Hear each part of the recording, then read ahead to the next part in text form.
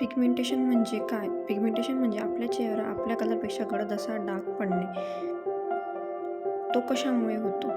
आपल्या शरीरामध्ये मेलानिन नावाचा एक द्रव्य असतो. त्याचे प्रमाण जर आपल्या शरीरात जास्त झाले असेल तर स्किनला जो स्पॉट येतो त्याला पिगमेंटेशन किंवा वांगचे डाग असे म्हणतात. मेलानिन वाढल्याने आपल्या स्किनवर आपल्या त्वचेच्या रंगापेक्षा जास्त गडद रंगाचा एक स्पॉट व डाग तयार होतो. हायपर पिगमेंटेशन वांगचा डाग ही एक सामान्य समस्या आहे. हे आजकालच्या 100पैकी 90% लोकांना होत असते. ही आपल्या कोणत्याही स्किन टाईपच्या लोकांना होत असते.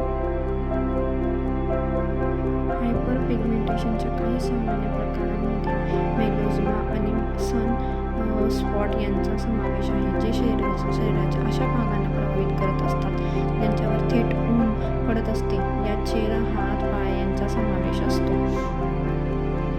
हायपर पिगमेंटेशनची काही कारणे उन्हामुळे, औषधींमुळे आणि काही मेडिकल कंडिशन्समुळे हे येत असतात.